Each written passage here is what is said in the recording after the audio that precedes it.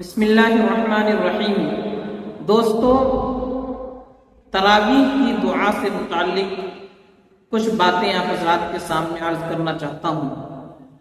ہر 4 رکعت تراویح کے بعد عام طور پر جو دعا عوام میں رائج ہے وہ یہ ہے: سبحان ذی الملک والملکوت، سبحان ذی العزت والعظمت والہیبت والقدرت والکبریاء والجبروت، سبحان الملک الحی الذی لا ینام ولا یموت، سبوح قدوس ربنا ورب الملائکۃ والروح، اللہم اجرنا من النار یا مجیر یا مجیر یا مجیر۔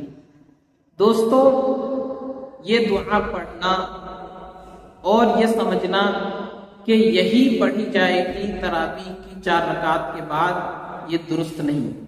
اس کے علاوہ بھی آپ کوئی ذکر کر سکتے ہیں، استغفار پڑھ سکتے ہیں، درود شریف پڑھ سکتے ہیں، قرآن و حدیث میں منقول کوئی دعا پڑھ سکتے ہیں، قرآن کریم کی کسی آیت یا کسی سورہ کی تلاوت کر سکتے ہیں۔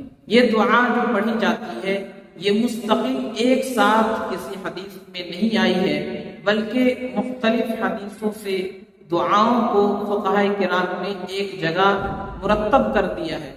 تو اس دعا کو بھی پڑھ سکتے ہیں۔ اگر آپ کو یاد نہیں ہے تو کوئی دوسری دعا پڑھ سکتے ہیں، ذکر کر سکتے ہیں، لا الہ الا اللہ، الحمدللہ، استغفر اللہ، اسی طریقے سے درود شریف وغیرہ پڑھ سکتے ہیں۔ تو اس دعا کو ہی لازم سمجھ لینا یہ درست نہیں ہے۔ اللہ تعالی ہم سب کو عمل سمجھ کی توفیق عطا فرمائے۔